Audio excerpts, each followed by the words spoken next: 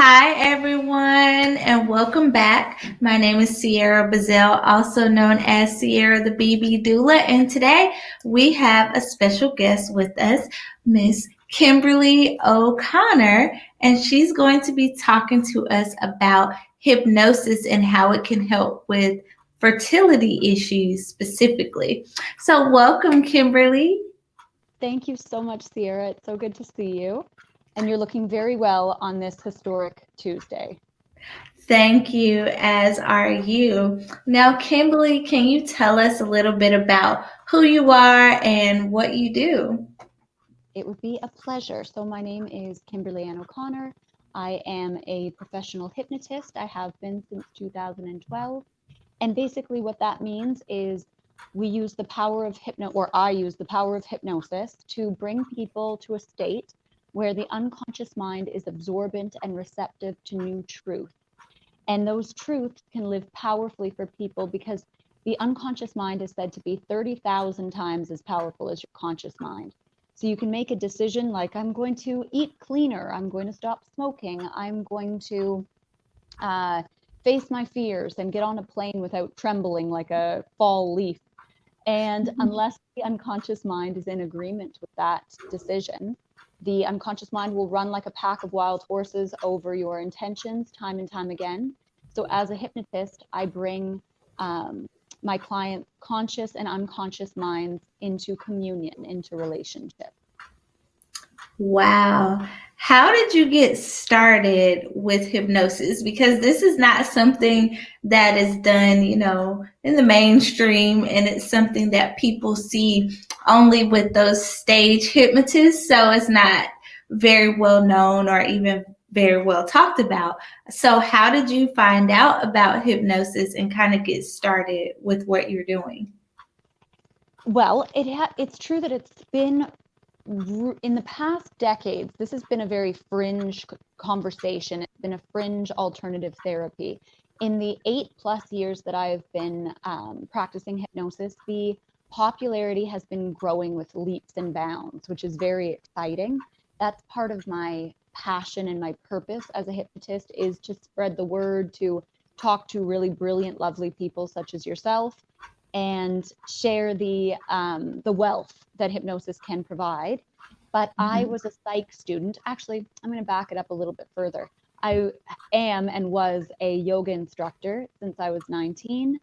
And during the yoga classes, unbeknownst to me, you're using a form of trance, particularly in Shavasana, the last pose, corpse pose it's known as, where you speak to people, bring them into a state of deep relaxation, give serving auto suggestions around health and peace and resilience and vitality.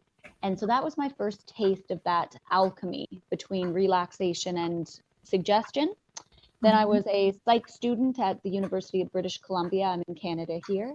And then I discovered it essentially on a whim at a bookstore. I found a book that I loved, that I thought was really interesting, about case studies and different ways hypnosis had been used by hypnotists through the ages. And hypnosis seemingly has limitless applications. So it was really interesting to read about allergy cessation and recalling languages that you've forgotten how to speak and things like that. And then I called my mom and said, I want to become a hypnotist. Do you know anything about this? And after a few conversations, we realized that, yes, she actually had been hypnotized without much success years previously. She had quit smoking for 2 weeks, but then started again. So she thought it hadn't worked. But then my grandma, my gammy bird, she quit smoking after 40+ years of doing so with one hypnosis session. And then I was officially intrigued. The first time I was ever hypnotized was my first day of class, actually, to become a hypnotist. That was a long-winded answer, Sierra. I apologize. Oh, well, thank you so much for giving us the backstory. I think it's important to know how people got started. There's always a story, and I find each of them to be very interesting. So, thank you so much for sharing that. Now, you said that you were hypnotized in your first on your first day of class. What was that like for you? It was very comfortable and soothing and stimulating in a really humanistic, interesting way. Hypnosis feels really good. It is a very natural part of how our psychic faculties work. And so you will notice that you're in a state, but it will feel really good. Lightness, heaviness, numbness, tingling, disassociation, time distortion, amnesia.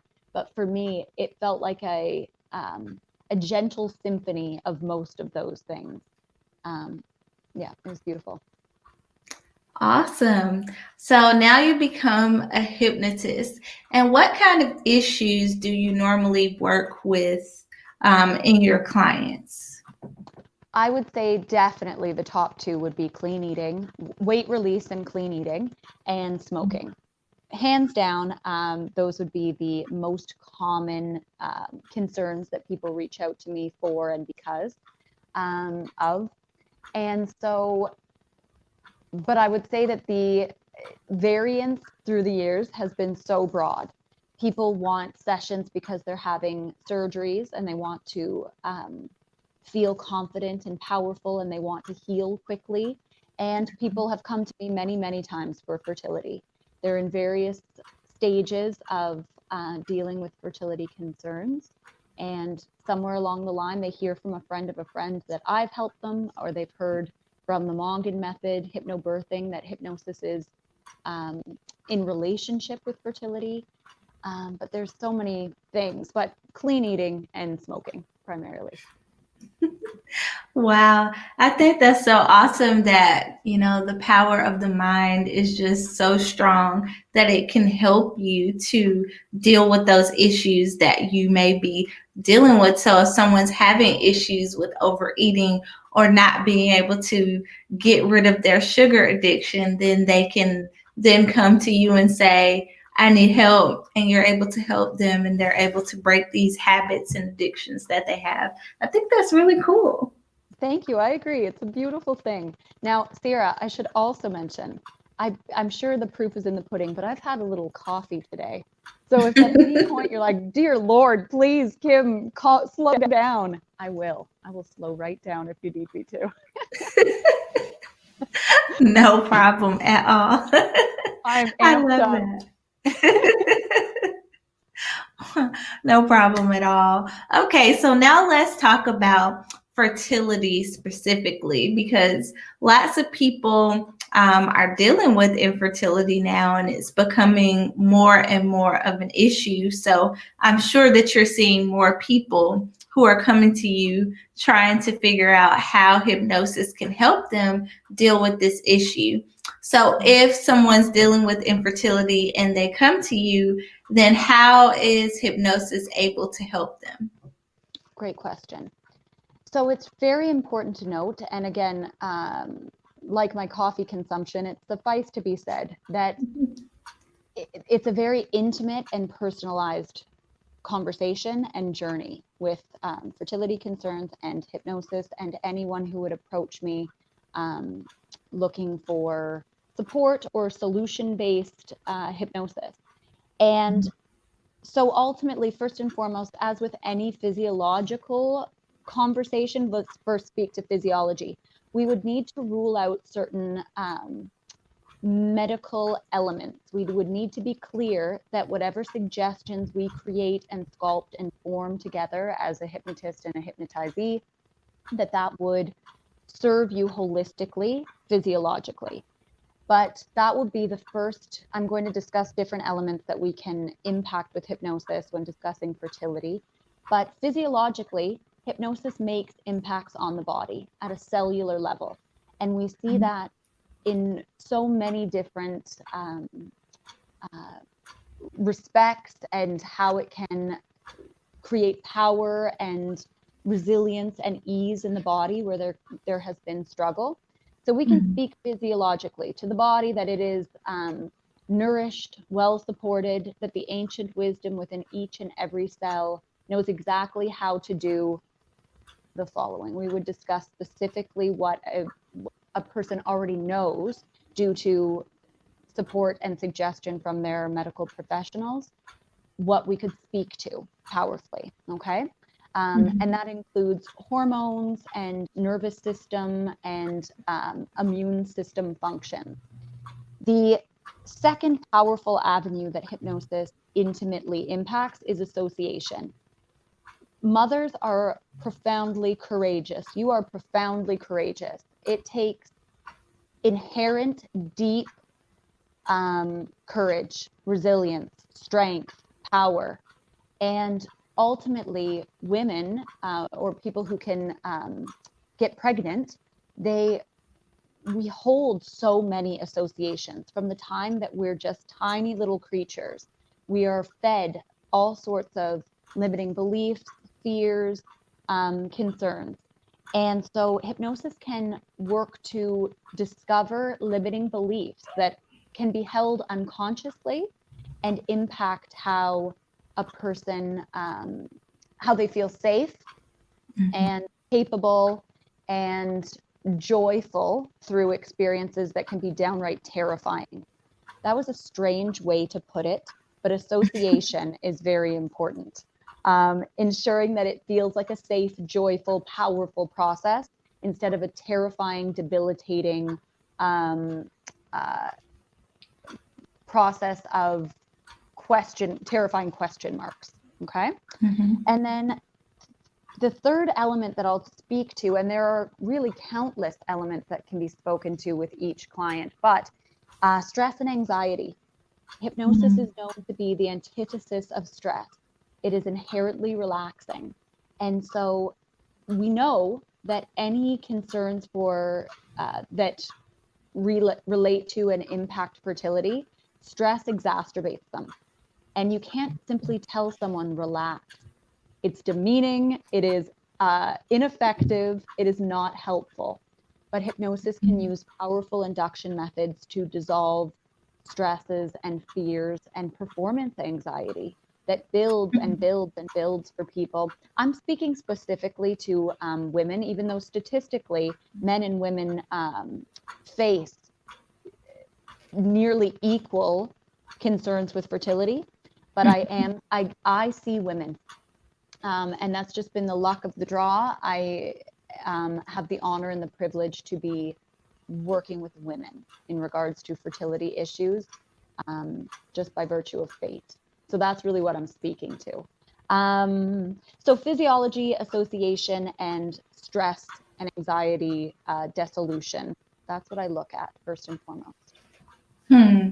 So I know you spoke about physiology, and that we need to make sure that there are no medical reasons or underlying issues there. So if someone has an issue that, let's just say like a tubal factor, then hypnosis maybe can help with the stress part, or maybe some other psychological area of getting over the fear of going through fertility treatments, but maybe not so much the physiological piece. Maybe not so much. However, I always like to think of journeys towards healing or journeys to power and liberation from struggle. I always like to think of it as a communal endeavor. So ultimately, if and when you are working with a community, which I know can be, there are intersections to how accessible community intervention is with fertility. This is an expensive and frightening and very emotionally, energetically, spiritually, mentally impactful process. So I don't want to be too reductive and say, just get a team of doctors on board. Just do every possible intervention you can. I mean, why not? I get that there's a lot that would allow someone the privilege of or stop someone from being able to get a community on board with them during this very intimate and very often painful struggle. But if you were to be able to get interventions medically, interventions with both procedure, medication, You were able to do the IUI, the IVF, all of the options. Hypnosis could work alongside with suggestions that specifically support the processes that would specifically support you. So we could speak to how the body functions and behaves, or how your body can function and behave optimally to work with community efforts, communal efforts. But no, if somebody was, I wouldn't suggest that if it was a physiological concern, someone depended solely upon hypnosis to be able to make an impact. Although I say that, and miracles never cease. There are absolutely stories that would disprove what I've just said. Yes, of course, there always are. There always are. Yes, I mean, you never know. Just because you get a diagnosis doesn't always mean that that's the way things are absolutely going to be. Because if that was the case, a lot of us would not be here. No doubt about it. Well, and I was looking at some statistics relatively recently around the fact that in and of itself, the diagnosis doesn't necessarily give you, and this is one of the most frustrating elements, it doesn't necessarily give you a clear picture of what you're dealing with, what your the dynamics and the interactions of your person, what's contributing to the diagnosis itself. And there's something along the lines of over a quarter of, again, I'm going to speak specifically to women, people who can get pregnant, the cause is unknown. The diagnosis exists, and yet the cause is unknown. And hypnosis does particularly well in those dynamics, where it's etherish, it's a question mark. A very thorough, lengthy consultation plus powerful suggestion during an induction where you're in the hypnotic state, trance state, that theta state. That is a powerful alchemy. That's great, because a lot of the people that have the most issue are actually those who have unexplained infertility, because they just don't know what the cause of the issue might be. So it's great that hypnosis can help them to possibly be able to conceive, or to, work along with their team to be able to be successful in doing fertility treatments or whatever it is that they decide to do. Well, no doubt. And I feel like perhaps one of the most important elements that I don't think I clarified quite enough is that hypnosis's goal is to serve the person that it's serving. Ultimately, I've heard when doing seminars and trainings around what's known and trademarked as hypnofertility, the experience, again, I'm going to speak to a woman in particular, people who can get pregnant, the experience can be so isolating, alienating, and I don't need to, it's reductive for me to be like, did you know that it can be isolating and as traumatic a diagnosis as life-threatening illnesses? Ultimately, the goal is to bring people back to themselves, to give people their life back, the ability to enjoy and feel and experience life not only through the lens of the fertility struggle. And that seems like a bold promise, but it is ultimately the most centric promise of all, that people can get back into their bodies, feel comfortable in their bodies, back into their minds, and feel some comfort and freedom and power again. And then they say in the hypnofertility rooms that the baby is the cherry on top, which is a very strange but accurate metaphor, I suppose. Yes, absolutely. One of the things that people deal with most when going through infertility is losing themselves and kind of getting more obsessed about becoming pregnant than actually taking care of themselves and focusing on getting healthier in a holistic way. So to be able to help someone navigate through that, I think personally is priceless, and it would have been so amazing to have that throughout my own journey. But I'm so happy that you're able to offer it to people, because the people that I see, it seems, are dealing more with the stress of being tired of going through all of the emotional aspects of infertility versus the actual issue itself. So to be able to have someone to help you navigate that is, like you said, just the cherry on top. It's priceless because you get the baby eventually, but having to navigate through all of those feelings and dealing with the jealousy and just the heartbreak that goes along with it is sometimes very overwhelming. Mm-hmm. Mm-hmm. Well, and thank you for who you are and what you do in the world. The gift of your guidance and your wisdom and your love, it's invaluable. It's priceless, like you say.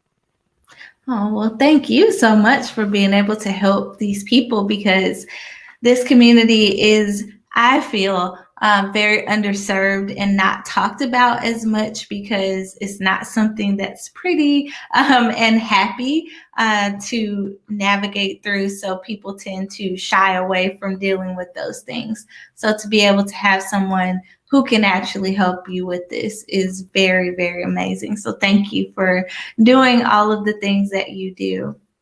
My honor. Thank you. Yes, absolutely. Now, Kimberly, if someone is watching right now and they're dealing with an issue of infertility, what is one tip that you would give them? I would say that there is no cost and no downside to watching your breathing, taking time every day to just slow right down.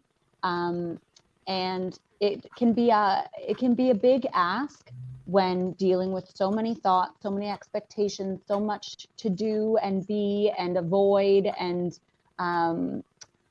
so much going on, I don't know, like with elections and such as well. But I would say that the base suggestion that I would make is to watch your breathing every once in a while, do your best to slow right down, and enjoy yourself, body, mind, and spirit, no matter where you're at. That's awesome. Now, if someone wants to find you, where can they find you? I am at consultinghypnosis.ca. That is my website. Consultations are always completely complimentary and no obligation. On Instagram, I'm at consultinghypnosis.ca. And then my email is kimberly@consultinghypnosis.ca. I love emails. Please, if anyone ever wants to contact me with any questions whatsoever, it's an honor to touch base. Awesome. Well, thank you so much for joining me today, Kimberly. Thank you. So good to see you. Absolutely. It's always a pleasure to speak with you. And thanks so much, guys, for watching. See you next time. Bye-bye.